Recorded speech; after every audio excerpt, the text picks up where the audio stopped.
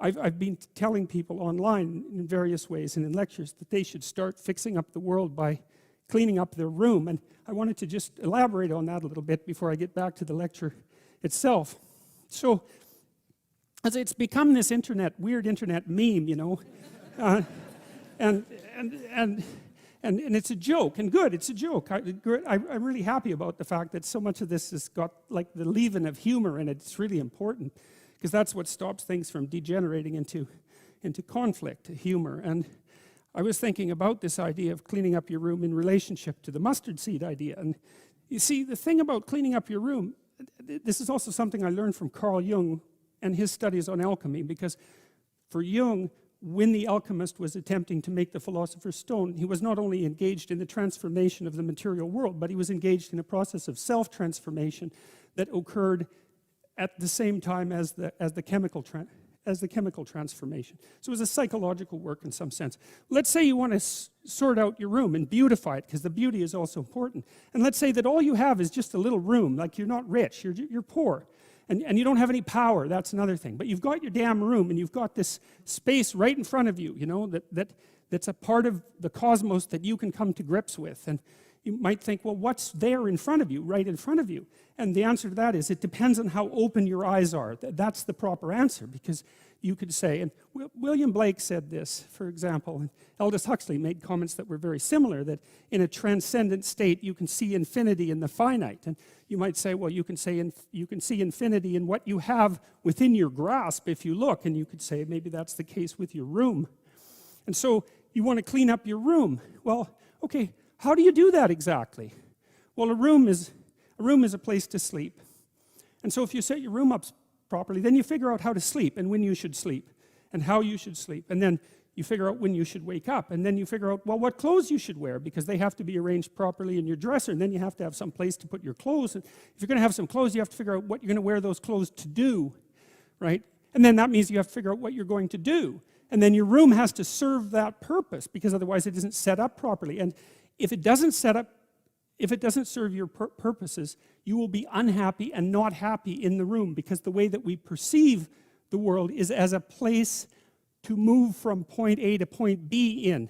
And then if the place that we're in facilitates that movement, then we're happy to be there. And if the place that we're in serves as an obstacle to that movement, then we're unhappy to be there. And so what it means to set up your room is that you have to have somewhere to go that's worthwhile, or you can't set up your room, and then your room has to be set up to facilitate that. And then the next thing is, well, maybe you have to make it beautiful. But that's not easy, right? That means you have to have some taste. And that doesn't mean you have to have money. It doesn't, because you can be garish with money, and you can be tasteful with nothing.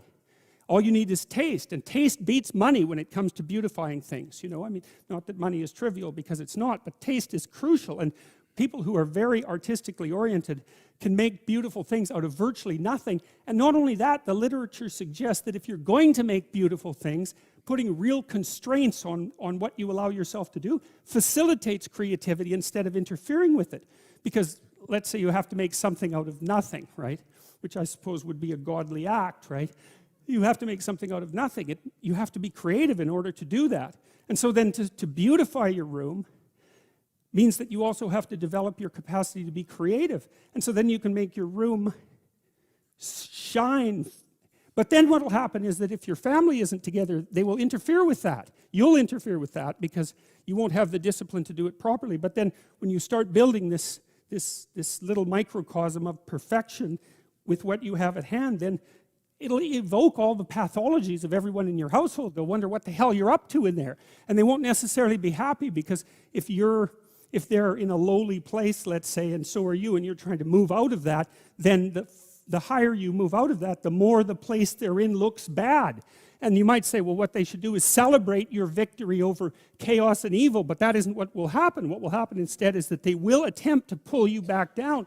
They'll attempt to, and I mean, obviously all families don't do that, but all families do that to some degree, and some families do almost nothing but that.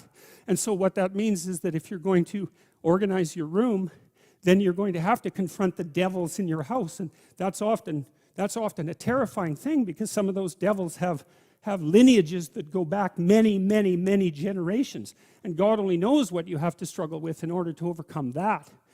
And so to sort yourself out and to fix up your room is a non-trivial matter, you know. And you can do that. You'll learn by doing that, and then maybe you'll learn enough by doing that so that you can fix up your family a little bit, and then having done that, you'll have enough character so that when you try to operate in the world at your job or maybe in the broader social spheres, that you'll be a force for good instead of harm, because you'll have learned some humility by noting just how difficult it was to put your damn room together, well, and yourself for that matter. And so you'll proceed cautiously with your eyes open towards the good.